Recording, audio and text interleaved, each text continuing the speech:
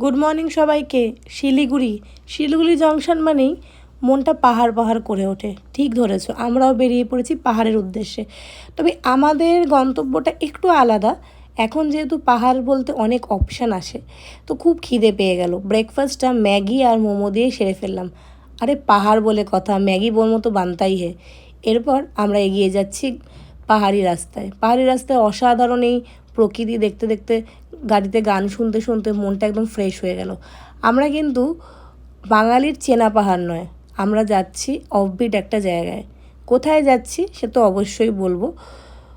আর এই সুন্দর আকাশ আর আকাশের সাথে মিশে যাওয়া পাহাড় দেখতে দেখতে আমার মনে পড়ে যে একটু যদি নিরিবিলিতে যাওয়া যায় খুব ভালো হয়। নিরিবিলি শান্ত জায়গায় থাকতে ভালো লাগে। আমরা যেখানে থাকি, যা কাজের চাপ, তাতে এই পরিবেশে এলে সমস্ত কষ্টটাই দূর হয়ে যায়। কি সুন্দর না পরিবেশটা! প্রকৃতির থেকে বড় শিল্পী বোধহয় আর কেউ নেই।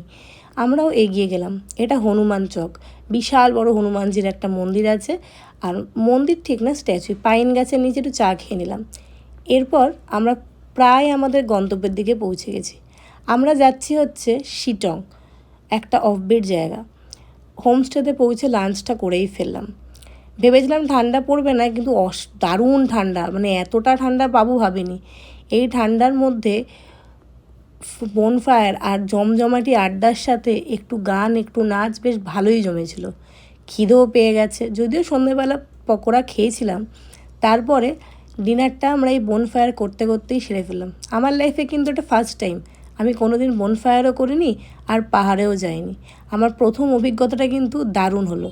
এটা হোমস্টে থেকে সকালের আকাশটা, একটা তো ছবি বানতাই হে, ছবিও তুলে নিলাম। তারপর বেরিয়ে পড়লাম।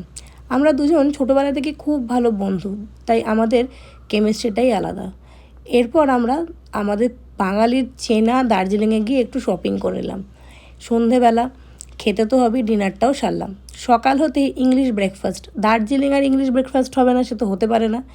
এরপর চলে গেলাম বাতাসিয়া লুপে গিয়ে একটা দারুণ, বললাম না আমার প্রথম, তাই বাচ্চাদের মতোই একটু সেজে নিলাম। তারপর আমরা চলে গেলাম ঘুম মনেস্ট্রির পরই মিরিকে গিয়ে আমার পতিদেব একটু বাচ্চা হয়ে গেল। হর্স রাইডিং হলো। খুব একটা ভালো দেখতে পাইনি, খুব মেঘ করেছিল। ফেরার পথে আমি একটু আকাশ আর নিজের মধ্যে সম্পর্ক গড়িয়ে নিলাম। তারপর ফিরে আসা।